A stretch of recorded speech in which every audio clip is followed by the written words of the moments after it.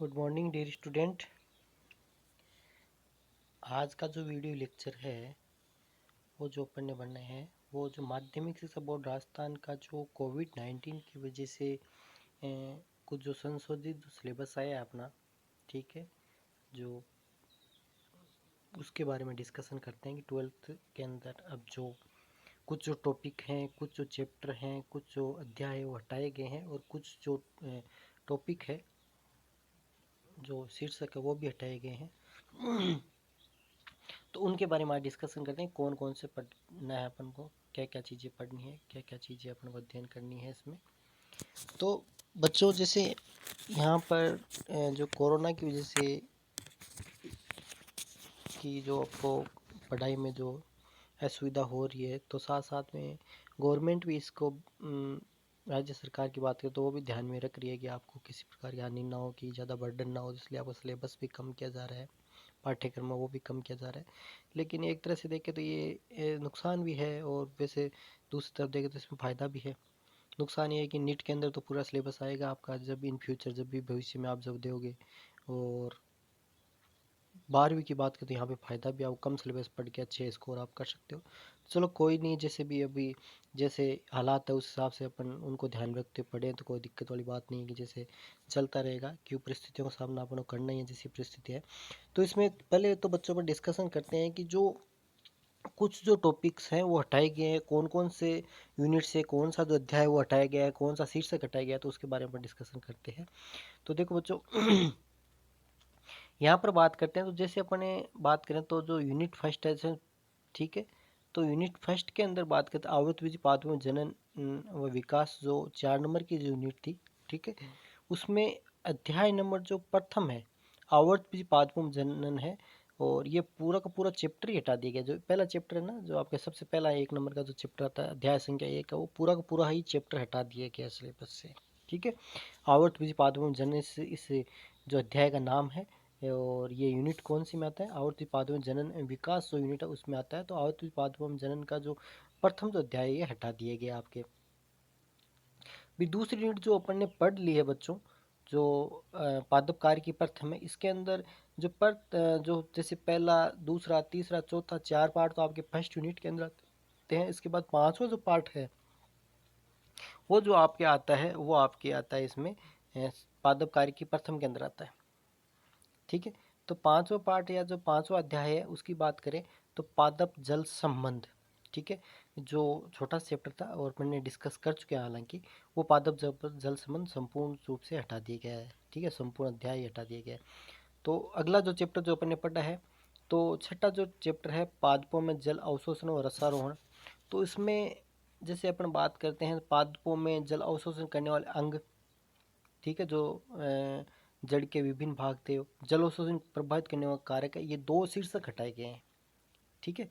तो जल अवशोषण व रसारोहण जो चैप्टर है अध्याय है उसके अंदर से जो हटाए गए हैं वो पादपों में जल अवशोषण करने वाले अंग, जो जिसमें अपन ने पढ़े थे जो जड़ के विभिन्न भाग होते हैं, ठीक है, और जल अवशोषण को प्रभावित करने वाले कारक हैं, ठीक है, ये जो शीर्षक है ये हटा दिया गया। हालांकि अपन ये पढ़ चुके हैं, कोई दिक्कत वाली बात नहीं है, पढ़ लिया तो बहुत अच्छी बात है कि नीट के हिसाब से भी अपने स्कोर तो करना ही है, नीट की तैयारी तो करनी है, तो उस हिसाब से अपने पढ़ चुके हैं। लेकिन हालांकि ये 2 शीर्षक इसमें हटाएंगे। नेक्स्ट जो 7वां जो चैप्टर आता है वो आता है वाष्प पोषण में बिंदु स्त्राव। वाष्प पोषण को प्रभावित करने वाले कारक है, ठीक है, जो बाह्य कारक आंतरिक कारक जो अपने पढ़े थे। वाष्प पोषण में बिंदु स्त्राव जो चैप्टर 7वां जो अध्याय उसका नाम है आपका, और ये पादप कार्य की प्रथम जो यूनिट है उसके अंदर आता है। और जैसे मैंने बताया तो बहुत ही महत्वपूर्ण यूनिट है, लेकिन इसमें से भी कुछ जो आपको ये शीर्षक है वो हटा गया, वाष्प पोषण को प्रभावित करने वाले कारक और वाष्प पोषण का महत्व, ठीक है। ये छोटे छोटे जो शीर्षक है दोनों हटा दिए गए इस चैप्टर से। उसके बाद 8वां जो अध्याय की बात करें, 8वां अध्याय पादपों में खनिज पोषण, जो अपने अभी तक नहीं पढ़ा है। खनिज खनिज लवणों के अवशोषण की क्रियाविधि, ठीक है, जो लास्ट में देर की है, हालांकि सरल ही है ये, और 1 पेज की है, छोटा सा शीर्षक है।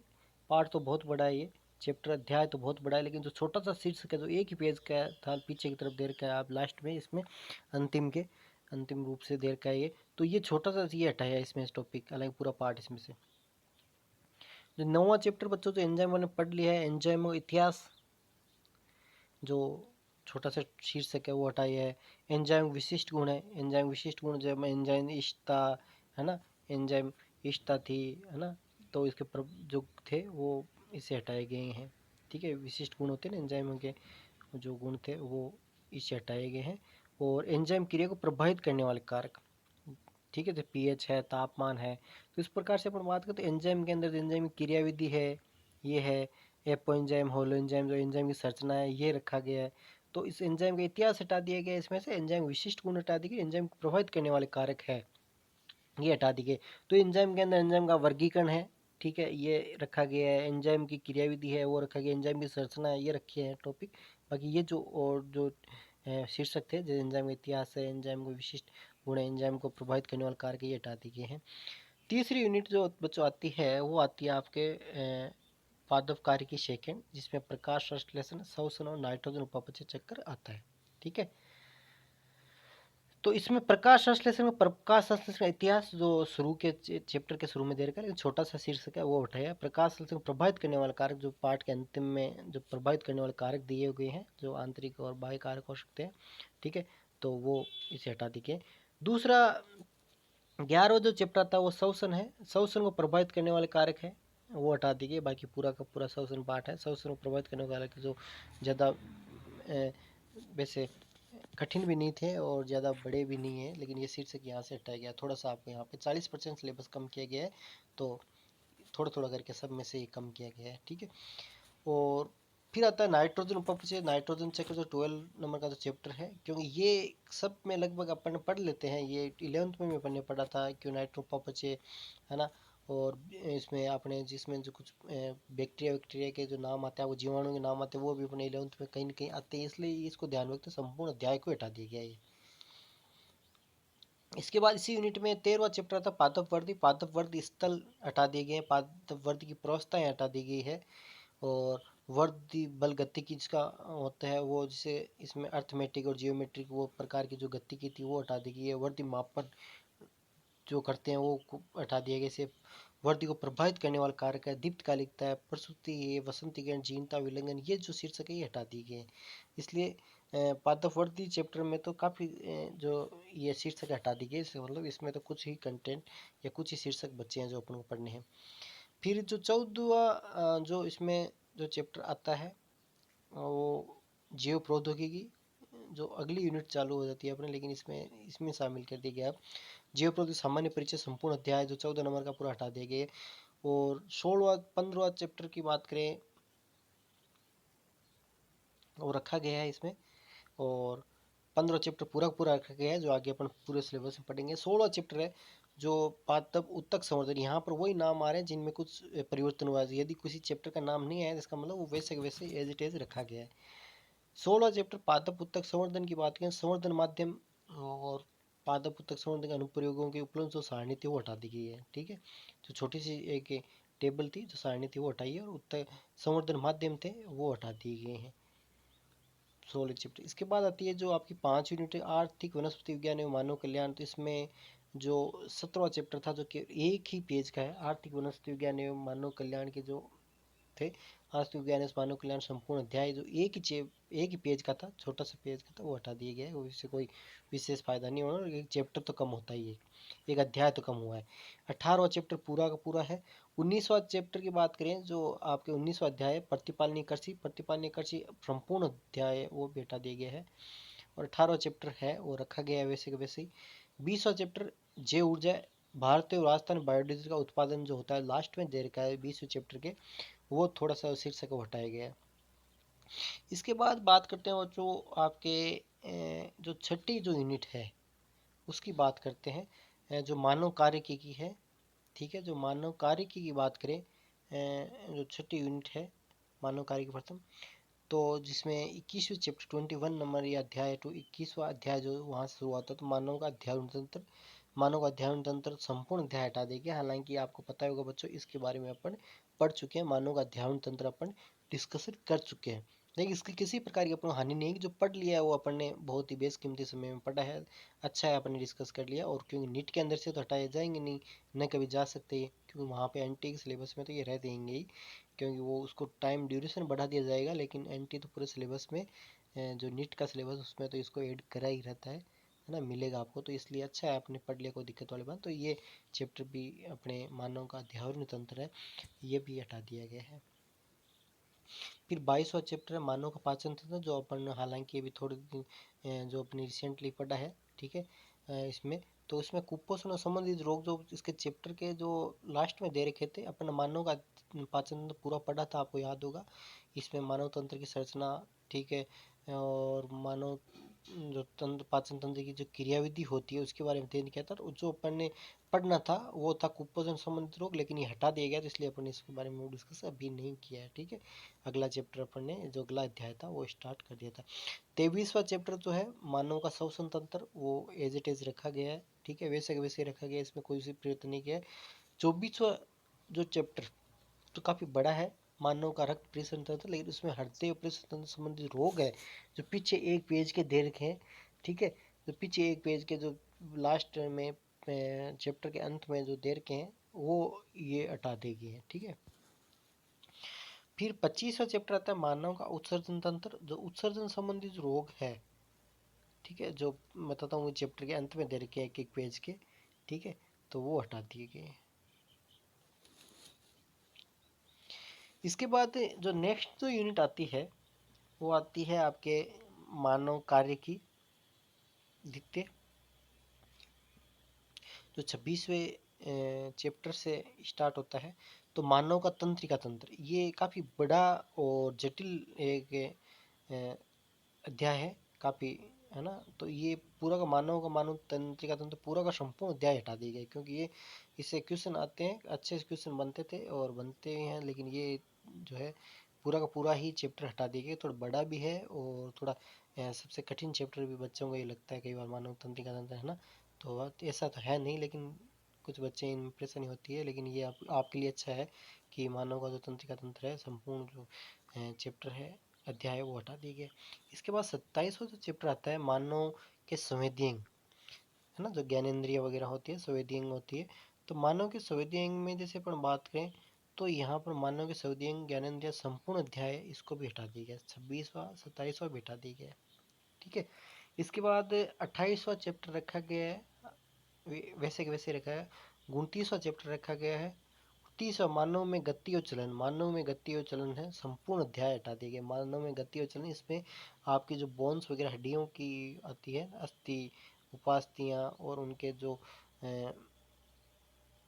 जॉइंट्स होते हैं, जो संधियां होती है वो आती है। तो ये पूरा पूरा जो चैप्टर 30 नंबर का चैप्टर संपूर्ण चैप्टर हटा दिए गए। आपको ये भी ध्यान में रखना है, और इन्हीं को ध्यान में रखते अपन 1 बाय 1 टॉपिक पढ़ेंगे।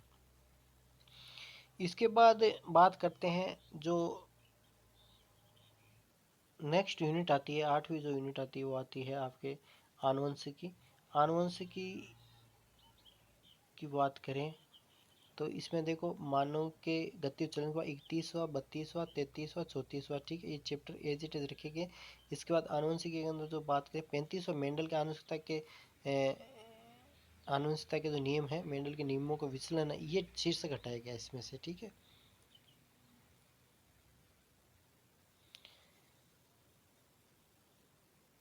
इसके बाद 36वां रखा गया है, और 37वें चैप्टर में कुछ परिवर्तन किया गया है।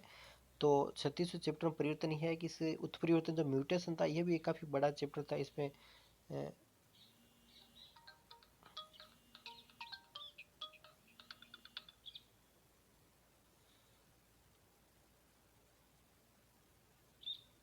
इसमें गुणसूत्रीय बात करें तो इसके अंदर क्या था, जैसे बात करें उत्परिवर्तन, संपूर्ण जो उत्परिवर्तन है वो का वही हटा दिया गया है, ठीक है। मानव कल्याण एवं स्वास्थ्य की बात करें तो मानव कल्याण एवं स्वास्थ्य में जो आपका 38वां चैप्टर मानव जनसंख्या, ठीक है, ये और मानव जनसंख्या, क्योंकि ये एक थ्योरेटिकल डाटाबेस चैप्टर थे, तो इसको भी जो संपूर्ण संपूर्ण अध्याय ये भी हटा दिया गया है, ठीक है। इसके बाद आता है आपके 39वां और 40वां चैप्टर है, वो रखा गया है। इसके बाद 41 चैप्टर में जो कुछ परिवर्तन किए गए हैं वो क्या है कि प्राणियों घरेलू जो संवर्धन आर्थिक महत्व की बातें थी हैं, तो उसमें घरेलू का ये था पूरा चैप्टर था, ठीक है, ये संपूर्ण अध्याय हटा दिया गया, मतलब 41 चैप्टर पूरा हटा दिया गया। 42 चैप्टर की जैव चिकित्सा और तकनीक की बात करें तो संपूर्ण चैप्टर ये भी हटा दिया गया बच्चों। तो इस बात करें तो इस प्रकार से अपन, और जो 42वां चैप्टर है, जो लास्ट चैप्टर अपने सिलेबस जैव चिकित्सा तकनीक है, जिसके अंदर अल्ट्रासाउंड वगैरह, ईसीजी, है ना, और जैसे एक्सरे टेक्निक वगैरह, तो ये जो टेक्निकें दे रखी थी जैव चिकित्सा तकनीकें, जो ये नई नई जो सिलेबस में जोड़ी गई थी, लेकिन इनको भी जो 42वां चैप्टर ये भी पूरा पूरा हटा दिया गया बच्चों। तो इस हिसाब से देखें तो जो सिलेबस है, तो कुछ जैसे अपन एक्स्ट्रा चीज़ें थी उन्हीं को हटाया गया है, और जो इजी चीज़ें उन्हीं को हटाया गया है ना। अब बात करते हैं जो संशोधित, जो अभी जो बना है सिलेबस, नया जो संशोधित सिलेबस बना, उसके अंदर जो रखे गए हैं, ये तो हटाए गए थे, उन्होंने उनकी बातें गई। अब जो अपना जो सिलेबस जो पढ़ रहे हैं वो क्या क्या है, देखो आपका जैसे बात करें तो आपका जो वही गौ सैद्धांतिक 3.25 घंटे का होगा समय, और 56 नंबर का क्वेश्चन आएंगे वहाँ पे, इन्हीं में से जो रखे गए इनमें से, और 14 आपके शतरंज जो अपने यहाँ से भेजते हैं स्कूल से, जो आपके टेस्ट के हिसाब से। तो इस प्रकार से ये आपके होंगे, आपके कितने हो गए 70 नंबर का, तो ये हो गया थ्योरेटिकल, और 30 नंबर का प्रायोगिक होगा, तो 4 घंटे का आपका प्रायोगिक होता है। इस प्रकार 100 नंबर आपके पूरे बनते हैं सिलेबस में। तो अब देखो पहली इकाई में आवर्त बीज पादप में जनन विकास की बात है, प्रथम इकाई, इसके अंदर दूसरा चैप्टर रखा गया है।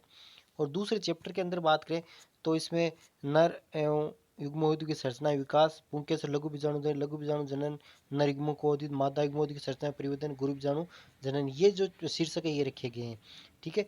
और जो तीसरा चैप्टर है अध्याय, वो भी रखा गया परागण, निषेचन, भ्रूणपोष व भ्रूण का परिवर्तन। तो परागण इसमें रखा गया है, असंगता, अनिश्चितता क्या होती है, निषेचन क्या होता है, भ्रूणपोष है, तो भ्रूणपोष का विकास किस प्रकार से होता है, ठीक है, और बीज का परिवर्तन कैसे होता है, और पीढ़ी एकांतरण क्या होता है, ये जो महत्वपूर्ण जो शीर्षक है ये रखे गए हैं इसमें।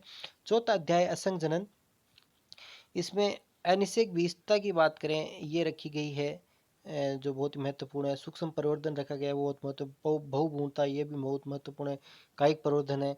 तो ये जो महत्वपूर्ण टॉपिक है जो ये रखे गए हैं, ठीक है। पूरी ये इकाई 4 नंबर की थी, अब इसी में से 4 नंबर का क्वेश्चन बनेगा आपको, बहुत अच्छा आपके लिए।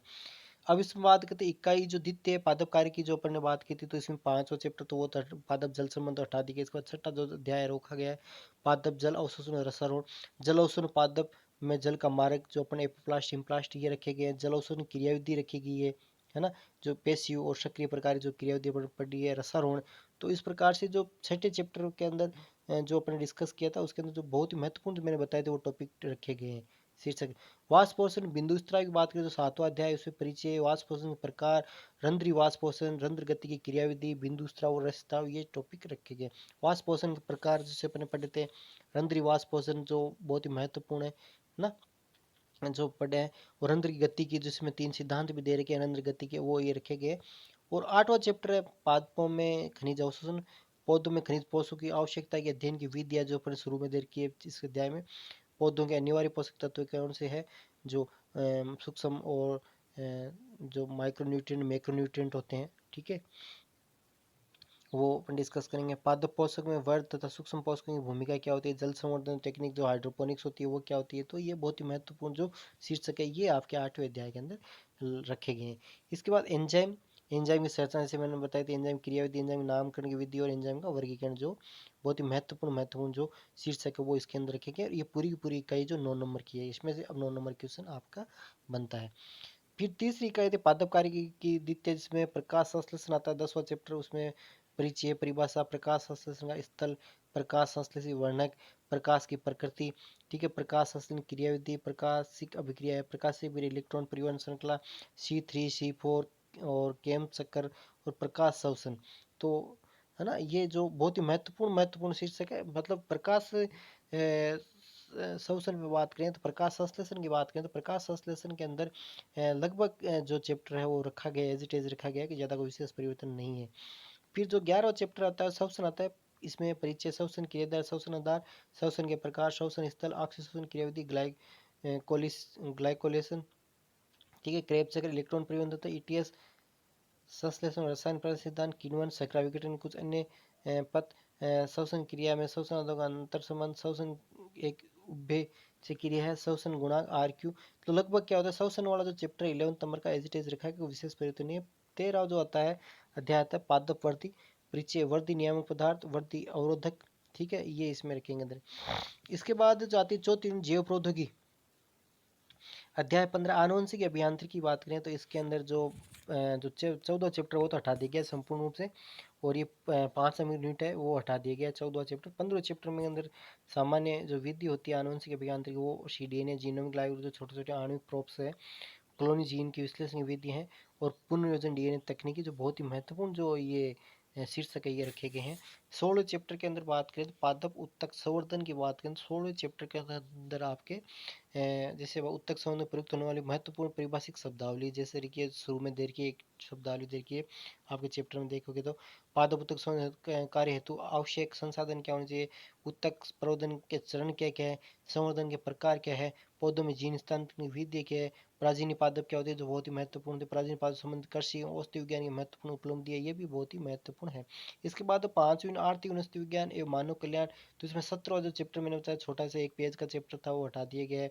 18 चैप्टर तेल रेशे मसाले औषधि उत्पादक पादप थे, तेल उत्पादक पादप कौन से, रेशे उत्पादक पादप कौन से, मसाले उत्पादक पादप कौन से, और औषधि उत्पादक पादप कौन से, इसके अपन शॉर्ट एंड स्वीट नोट्स बना रखे हैं जो आपको मैं डिस्ट्रीब्यूट कर दूंगा, ठीक है, समय आने पर इसके।